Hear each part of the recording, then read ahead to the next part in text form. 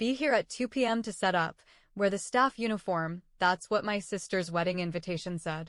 She thought I'd stay quiet like a servant. Until I took the mic and said this. The whole room went silent. Hello. My name is Evelyn Montgomery. The unwanted daughter. The family embarrassment. The invisible one. I am the older sister of the bride. The one who should have been helping her pick out her dress, standing beside her at the altar, giving the emotional toast about childhood memories and sisterly love. Instead, I was invited as staff. Please arrive at 2 p.m. for setup. Wear the provided uniform. That's what my invitation said. Not as a guest. Not as family. As a server. The realization should have crushed me. It should have reminded me of every moment I spent trying to prove to my family that I was worthy of them. Instead, I smiled. Because what Olivia, my perfect, beloved, golden child of a sister, didn't know was that the entire wedding she was about to celebrate. I paid for it.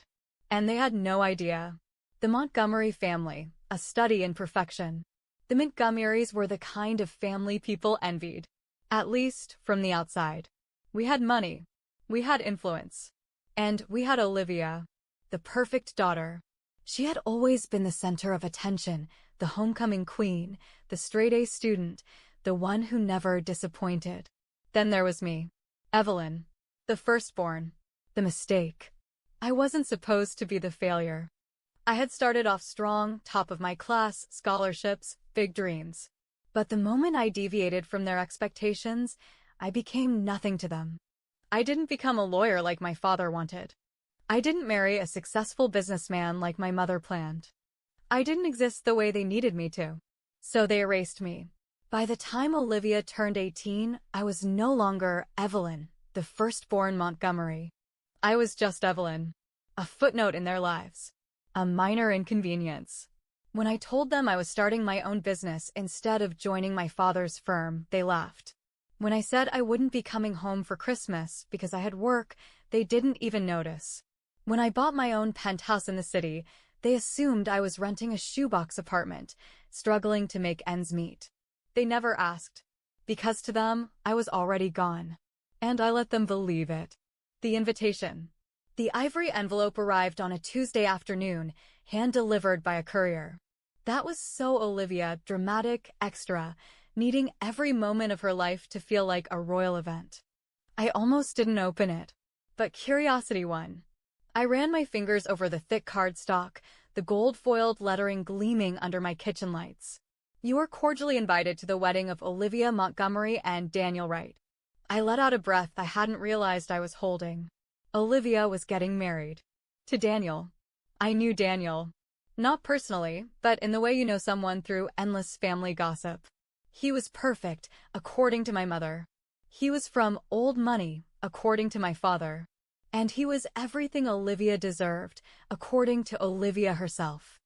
I barely skimmed the rest of the details, date, time, location, until I saw the fine print at the bottom. Staff are expected to arrive by 2 p.m. for preparation. Please wear the provided uniform.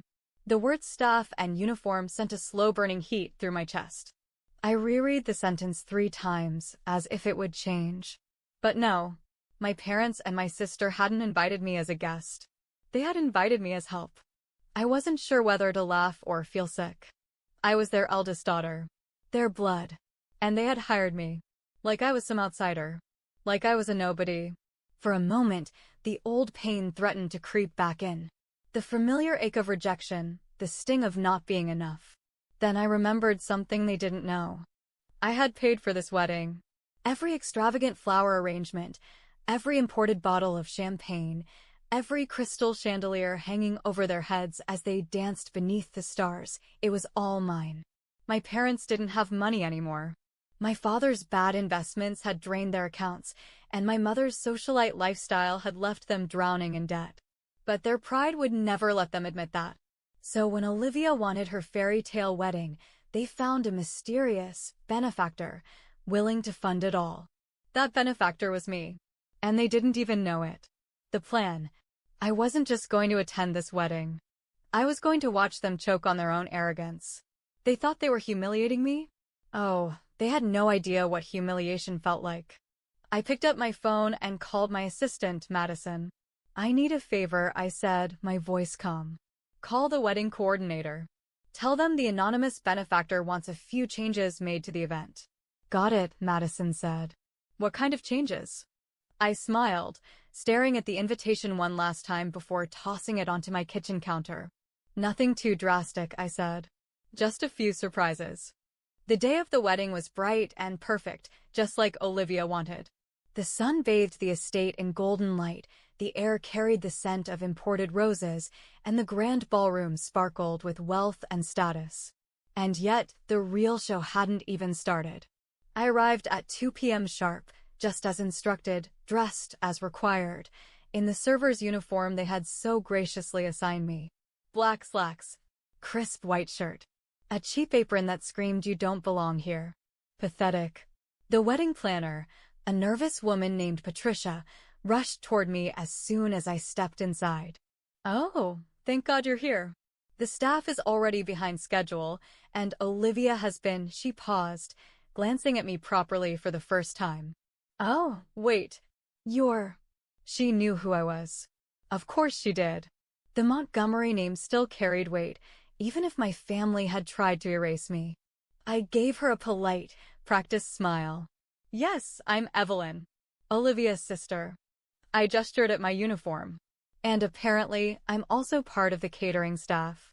Patricia's face twisted with discomfort. I didn't realize. It's fine, I interrupted, my voice smooth. I assume you got the memo from the anonymous benefactor? Her eyes widened. Yes, I cut in before she could say it. Which means you're going to follow my instructions now. She swallowed hard. Oh, of course. What do you need? I handed her a folded list. Make sure these changes are implemented immediately. She hesitated. Some of these are drastic. I leaned in slightly, lowering my voice just enough to make her nervous. You see, Patricia, your entire paycheck today is funded by me. So, if I were you, I'd get moving. She moved. The setup for disaster. The venue was breathtaking, I would give Olivia that. White orchids cascaded from the ceiling like a floral waterfall. Crystal chandeliers twinkled above an ocean of silk-draped tables. Everything about this wedding screamed money. And none of it had come from my parents. As I walked through the reception hall, I spotted Olivia herself, standing in the middle of the chaos like a queen surveying her kingdom. Her wedding dress was custom Vera Wang, hand-stitched lace hugging her figure like it had been sculpted onto her. A perfect dress for a perfect girl. She was surrounded by bridesmaids, each one hanging onto her every word. Then her gaze landed on me, and the smile immediately dropped from her lips. What are you wearing? Olivia demanded, her voice sharp enough to cut glass. I gestured at the uniform. The one you told me to wear. A flicker of confusion crossed her face, then satisfaction. Good, she said, flipping her perfect blonde hair over her shoulder. Just try not to embarrass the family, okay? We have important people here. I let her have that moment. Let her believe, for just a little longer, that she had won. The guests arrive.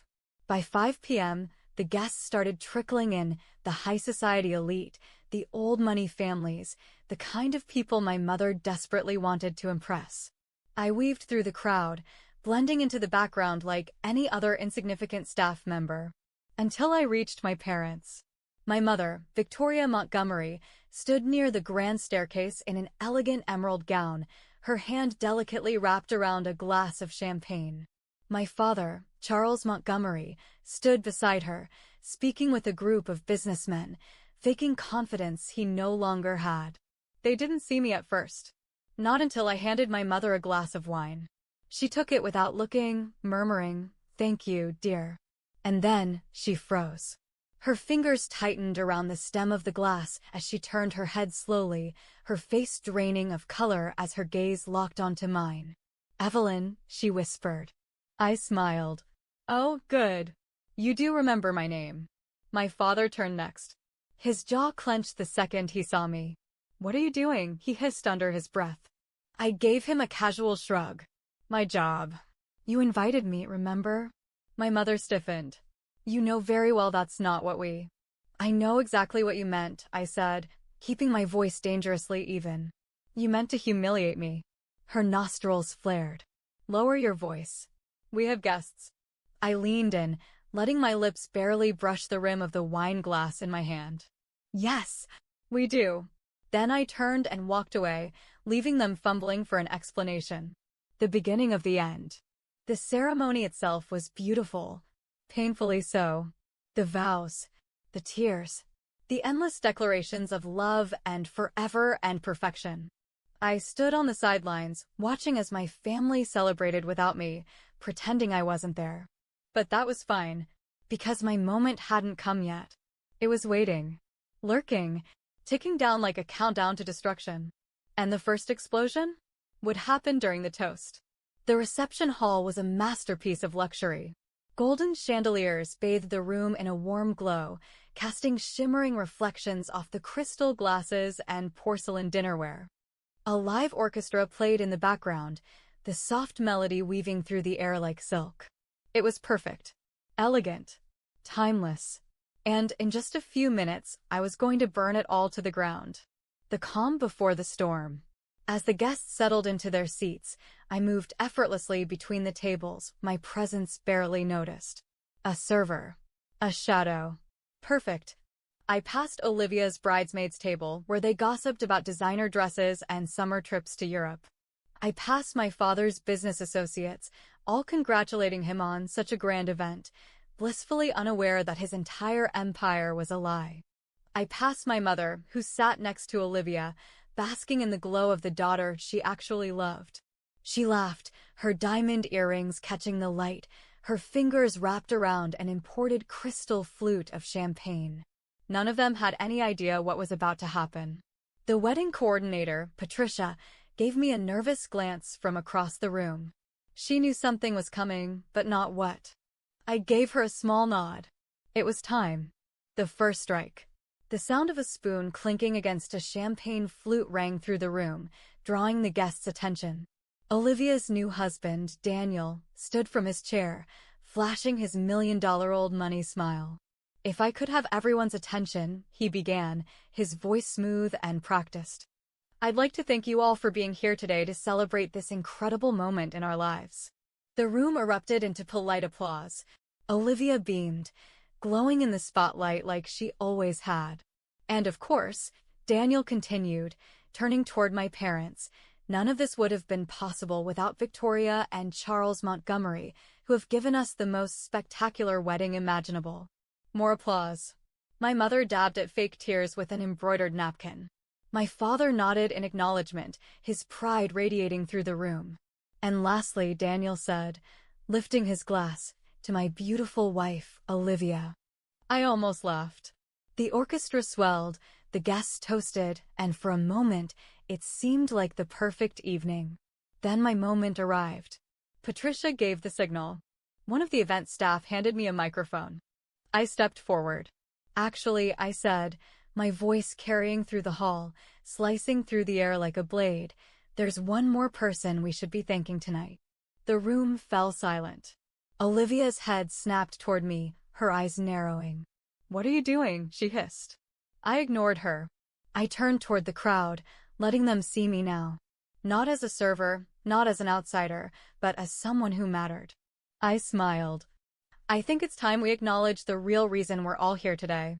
A murmur spread through the crowd. People exchanged confused glances. I turned toward my parents, my expression cool and unreadable. Victoria. Charles. I have to say, you've done a fantastic job tonight, I said, voice dripping with sarcasm. Truly. This wedding is everything Olivia could have dreamed of.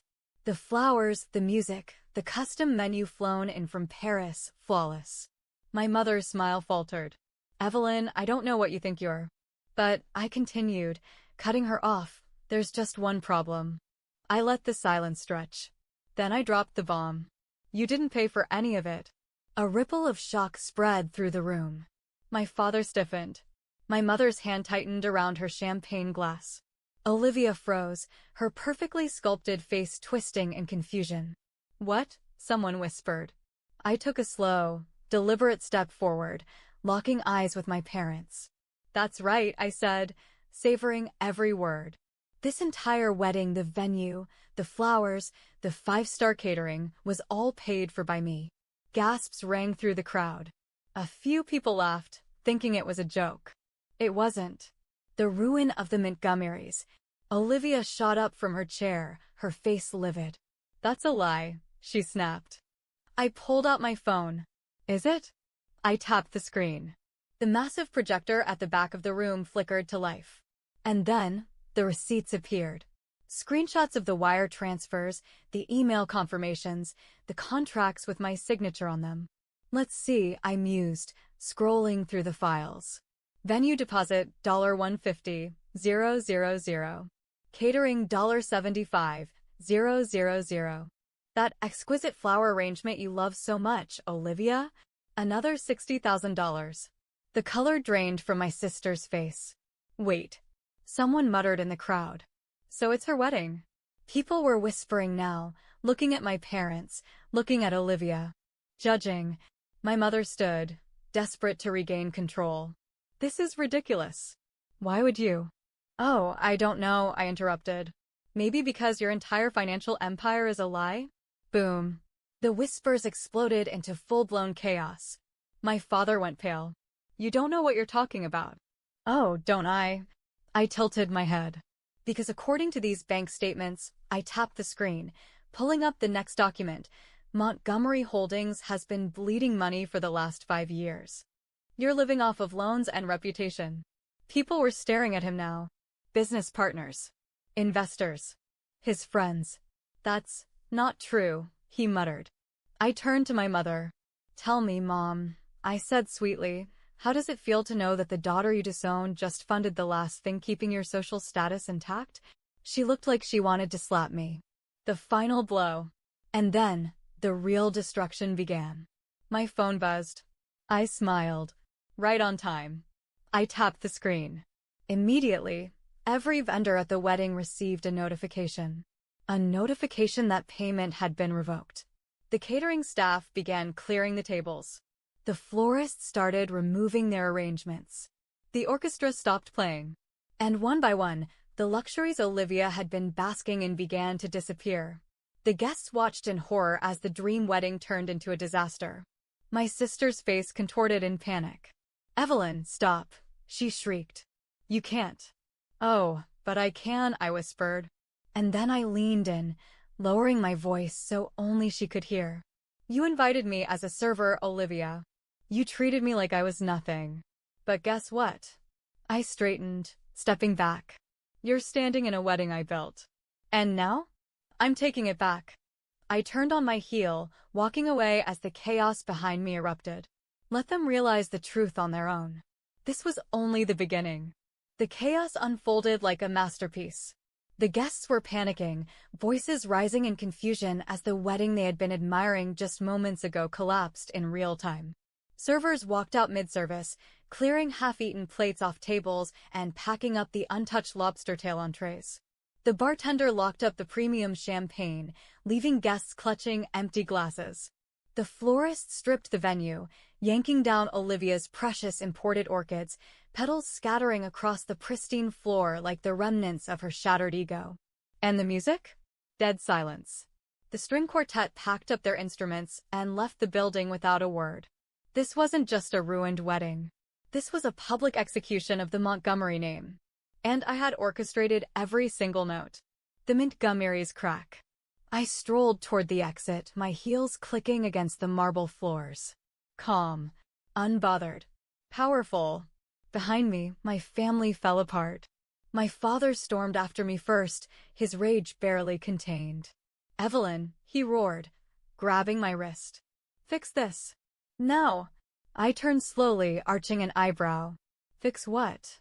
I asked, my voice cool as steel. His hands shook with fury. You just made a fool of this family. You think this is a game? I laughed in his face. That's rich, coming from the man who's been playing pretend millionaire for years. I leaned in, lowering my voice so only he could hear. Did your little investors enjoy the show, Dad? Because I bet they're all rethinking their partnerships right now. His face paled. His jaw clenched. And I knew I was right. The moment I exposed his financial ruin, every businessman in this room had started calculating their exit strategies. Montgomery Holdings wasn't just bleeding money anymore. It was dead. I yanked my wrist free and took a step back. "Consider this my final act of charity," I said smoothly. "Now everyone knows exactly who you are." I turned to leave. Then Olivia lost it. The breakdown of a princess. "How could you?" The shriek ripped through the air, and suddenly, my sister lunged at me. I barely had time to react before she grabbed my arm, her manicured nails digging into my skin. "How dare you?" Olivia screamed, her voice raw with hysteria. "You destroyed my wedding. You embarrassed me. You've always been a jealous little." I ripped my arm from her grip and took a slow, menacing step forward. "Jealous?" I whispered. She froze. "I paid for your perfect little fantasy," I said, voice calm but sharp enough to slice through her like a blade. "I built it for you. And the second you thought you could step on me, you made one mistake." I leaned in, my lips barely a breath away from her ear. "You forgot whose money you were standing on." Her breath hitched. Her glossy eyes darted to the crowd, realizing the guests were still watching, whispering, judging. And then it hit her. She wasn't the perfect princess anymore. She was the fool standing in the ruins of a wedding she couldn't afford. A nobody in a designer dress. And the moment the press got wind of this, she would be a disgrace. I watched as reality shattered her, piece by piece. Then I turned my back on her, just like they had always done to me. The last plea. I was halfway to the door when I heard my mother's voice. "Evelyn." I stopped. Not because I wanted to. Not because I cared. But because she had never said my name like that before. I turned slowly. She stood there, looking small for the first time in her life. No cold elegance. No air of superiority. Just a woman who had lost everything. "Please," she whispered. "Don't do this." I let the words hang in the air for a long moment. Then I smiled. I already did. And with that, I walked out, leaving the Montgomery Empire in flames behind me. Epilogue. 1 year later. It was exactly 12 months since Olivia's wedding had gone up in smoke. And I had never been better. Sitting in my Manhattan penthouse, I swirled a glass of wine as I scrolled through the headlines. Montgomery Holdings declares bankruptcy. Olivia writes short-lived marriage ends in divorce. Once elite Montgomery family disgraced after scandalous wedding reveal. I took a sip, savoring the moment. They had tried to erase me. They had tried to humiliate me. And now? I was the one who buried them. My phone buzzed. Incoming call, Olivia. I stared at the screen for a moment. Then I turned my phone over, ignoring it. They had no place in my life anymore. I set down my wine, walked to my floor-to-ceiling window, and looked out over the empire I built for myself. For the first time in my life, I was free. Hey Reddit. It's been a year since I publicly exposed my parents' financial ruin, tore my sister's wedding apart, and walked away from my so-called family for good. I didn't expect the post to blow up the way it did, but judging by the thousands of comments, let's just say I struck a nerve. Some of you were cheering me on, "Love you guys," while others, well, let's just say some of you had thoughts. So, let's address the elephant in the room. To everyone saying, "OMG, how could you do that to your own sister?" How could I? Let's talk about how they did it to me first. Let's talk about how, for years, I was treated like the afterthought of the Montgomery family. How my parents funded Olivia's perfect life, her Ivy League education, her dream vacations, her failed startup that burned through $500,000, while I was left to fend for myself. Let's talk about how my father mocked me when I said I wanted to start my own business. How my mother called me a disappointment because I didn't marry into wealth like Olivia did. Let's talk about how, when I finally made something of myself, they pretended I didn't exist until they needed my money. So no, I don't regret a thing. Because this wasn't about a wedding. This was about years of being treated like I was nothing. And proving that I was so much more. To those who said, "Good thing I don't have a sister like you. Good thing I don't have a family like them." Because real family supports you. Real family celebrates your success instead of pretending it doesn't exist. A real sister wouldn't have handed me a server's uniform for her wedding just to humiliate me. A real mother wouldn't have erased me from family albums. A real father wouldn't have gambled away our legacy and blamed me for leaving. They made me an outsider a long time ago. I just made it official. To the family is everything crowd. Why would you bankrupt your own parents? Oh, sweet summer children. I didn't bankrupt my parents. Olivia did. She was the golden child, the one they spoiled, protected, and invested in. And guess what? She destroyed them. She was given everything, the education, the funding, the opportunities. And she burned through it all. Meanwhile, I built something from nothing. They lost their company. I built an empire. They went bankrupt. I now own a chain of 5-star restaurants and luxury hotels across the US. They taught me that only the strong survive. Well, Mom. Well, Dad. I survived. And I thrived. So, really, thank you. To everyone who supported me. To those who understood why I did what I did. To those who DM'd me saying they had toxic families too. That they saw themselves in my story. Thank you. You reminded me that I'm not alone. That I wasn't crazy for walking away. That we don't owe loyalty to people who only ever tried to break us. I've never been happier. I've never been freer. And if my story taught you anything, let it be this. Never let anyone tell you that you're not enough. Never let anyone erase you. And never, ever let them think you need them, because the day they realize you don't, that's the day you win. Edit. To the people asking if my family ever reached out. Oh, they did. Olivia begged for a job. I sent her my hotel's standard application form. Never heard back. My parents asked for a loan. I offered them a discount at one of my hotels instead. Haven't spoken since. Karma, baby. It's a beautiful thing.